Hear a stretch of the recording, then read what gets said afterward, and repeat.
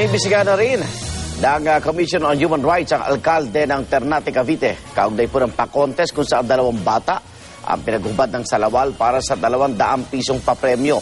Bukod sa alkalde, maaari rin daw papanagutin ang mga magulang ng 2 bata. Saksi si Chino Gaston.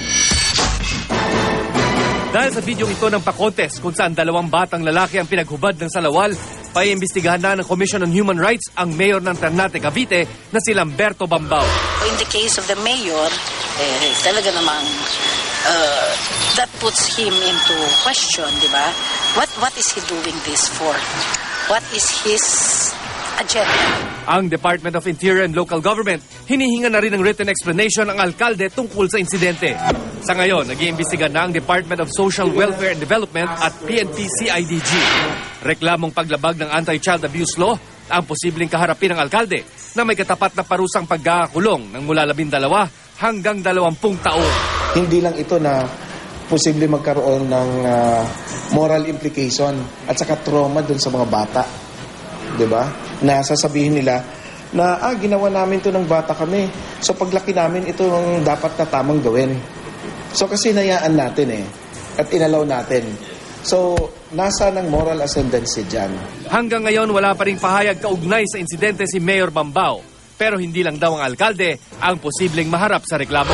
The mayor will be charged for violating the provisions of Republic Act 7610. The same is true with the father of one of the minor children present.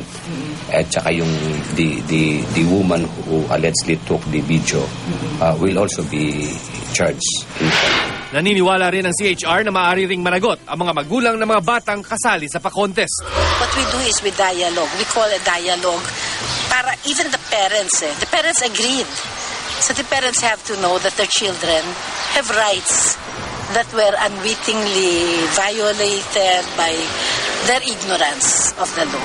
Pero sa panayam ng GMA News, ipinagtanggol ng ama ng isa sa mga bata sa video. Gayon din ang kagawad sa lugar, si Mayor Bambao. Hindi naman si Mayor ang nakaisip kundi yung mga bata rin Una po palaro ng matatanda. Ang di matatanda po muna. Tapos ang nangyari noon, naman ang mga bata, kami naman. Wala po namang mali siya yung ginawa ni Mayor na yun. Para sumaya po ang mga tao doon, taon-taon ginagawa ni Mayor palarong yun. Pero iba-iba po ang palarong ginagawa na ni Mayor doon. Gayon man para sa isang child protection group, hindi raw porket hindi nagre-reklamo ang bata ay walang epekto sa kanila ang nangyari. Paano kaya sila pagbalik nila sa community, sa barangay, or sa school? This is also something that's not something that children don't want to experience. It could be a source, something that could cause bullying as well.